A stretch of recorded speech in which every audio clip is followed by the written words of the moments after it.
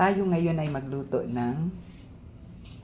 tayo ng isda. Yan.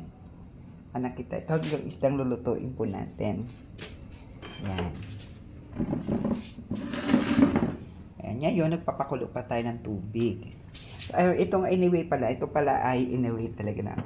Itong isda na ito ay sabawan natin. Lutong probinsya. Lutong Bisaya. Ayan, nagpakulo na po tayo ng tubig. Ngayon, dahil kulo-kulo na po yung tubig, ilalagay na po natin itong ating sibuyas at kamatis. Ihulog na natin ang sabay. Yan. O, diba?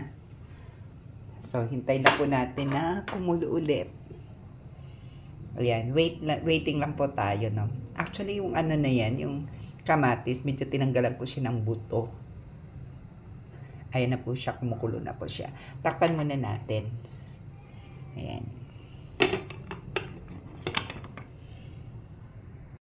Tingnan na po natin kung kumukulo na po yung ating tubig na mayroon ng, ayan, kulong-kulo na nga siya. Diba? O ngayon, ilalagay naman po natin itong ating isda. Itong isda pala natin, ayan, itong isda po natin ay malasugi. Malasugi. So, ito ay nagkakahalaga ng 136 pesos. Ilang peraso lang ito? Kaperaso lang. So, ilagay po natin. Ayan. So, pinahiwa ko sa 4 para abot hanggang bukas ng tanghali. Mahirap ang buhay. Ayan. So, ito po siya. Malasuging isda na ito, ha. Masarap sa bawan. Ayan na po siya. Tatlo na yun, ano? Ayan, pang-4. So, hintayin po natin na kumulo siya. So, ang gagawin natin, taglag yung ating Okay, yan na po siya. So, ang gagawin natin, tatakpan po natin ulit. No, tatakpan ulit natin. Tatakip natin. Yan. Tatakpan po natin. Pag kumulo na, saka po natin timplahan. So, wait lang po natin. Medyo malaki lang po yung takip natin sa kaserola. Tingnan natin kung okay na po siya. Ayan, kulong-kulo na po siya. So, ang gagawin po natin ngayon ay titimplahan po natin. So, mayroon tayong asin. Lagyan po natin ng asin, konting asin. Ayan. Lagay po natin dito. Medyo marami po ako maglagay ng tubig. Kasi bakit? Kasama na kasi dito yung aso. Kapag, sabaw lang naman yung kanya. Sa akin yung laman, diba? Actually, ako lang mag-isang kumakain nito. Ayan. Nilagyan na po natin ng asin. Tapos, tinikman kagad na hindi pa natunaw yung asin. Okay, so, ang gagawin natin, ayan, kumukulo na po siya, no? So, ilagay natin yung ating talbos ng kamote. Ilagay po natin tong talbos ng kamote natin. Tama yan. So, ilagay po natin ito dito sa ating niluto. So, ayan, ilagay po natin.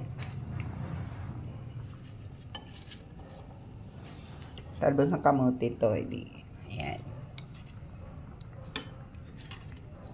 Lagay po natin siya.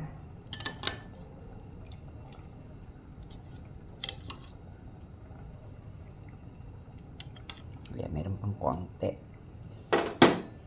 Sayang ito, nalaglag sayang. Mahal pa naman kamoting. Talbos ng kamote ngayon.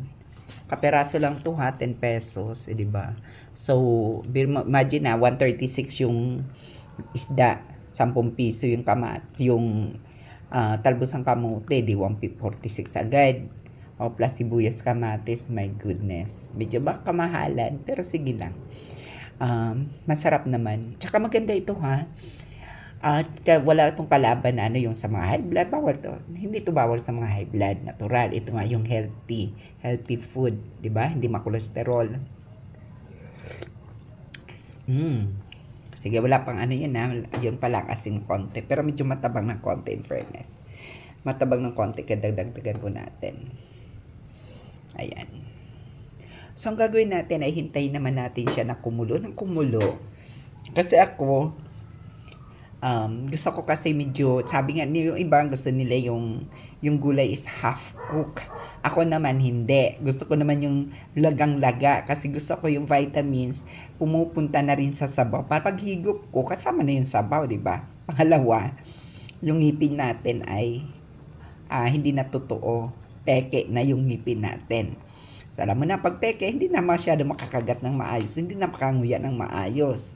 So, ang gagawin natin, kasi hindi nga manguya na maayos, pag nilunok natin yan, mamaya hindi na tayo matunawan. So, ang gagawin natin, ilaga na lang natin kasama yung kamote, yung talbos na yan. 'Di ba? Para safe, para talagang healthy din naman. Ayan. Kasi yung panunaw natin, tayo may tanda na, medyo ang panunaw natin ay humihina na din. So, ayan. Charan! Ay, nakalimutan ko pala. Dapat pala ito may ceiling green. Anyway, okay lang din naman yan. Ay, may nakalimutan pa pala ako. Ayan. Ang sabi nila, para hindi daw mapanis agad. Kasi nga, di ba, wala nga tayong ref. So, ngayong gabi na. Alas 8 na ng gabi. Ngayon, paabuting pa natin ito bukas ng tanghali. Ang gagawin natin, papatakan natin ng suka. Papatakan natin ng konting suka para hindi siya mapanis. Yan. Kahit bukas ng tanghali, hindi siya mapapanis. O, diba, may natutuhan din kayo, may nakuha din kayong kalaman para hindi kagad-agad napapanis yung ating niluto kahit mayroon siyang kamatis. Yan. Diba, sabi nga nila, ay wag kapag may kamatis mabilis mapanis. No. Kapag nilagyan mo ng suka, hindi. Promise. Hindi po siya basta napapanis. So, ayan lang po siya.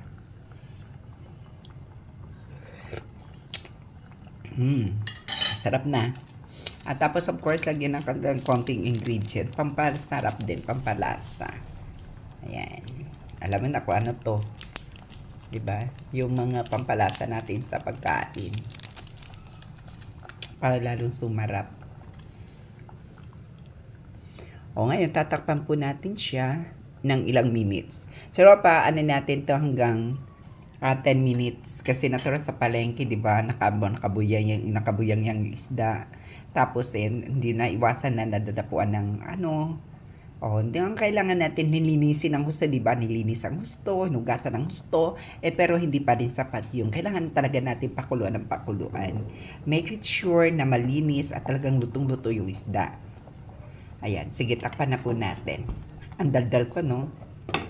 Ayan, takpan na po natin. Hintayin na po natin hanggang sa umabot ng ilang minutes. Then, ayan, charan, kakainin na po natin yan. Ayan, titingnan po natin kung lutong-luto na. Wow! Diba? Lutong-luto na siya. Okay, pwede na tayo magsandok. Pwede na tayo kumain. Diba? Patay na natin yung... Okay naman na siya, diba? Ayan. Pati yung niya, diba? Lutong-luto na rin. So, let's eat na tayo. Patay na natin yung padan. Tikman muna natin. Perfect. Hindi siya hindi siya maalat. Tama lang. Patay na natin. Yan. Sandok na po tayo.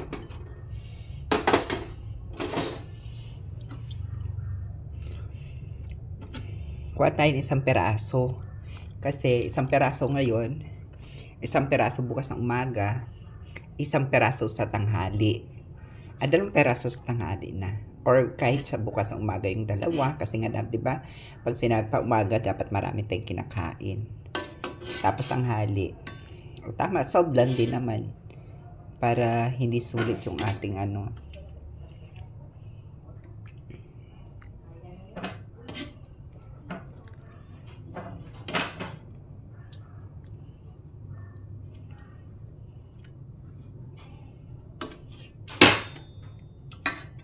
dagdagan natin yung ating talbos ng kamote.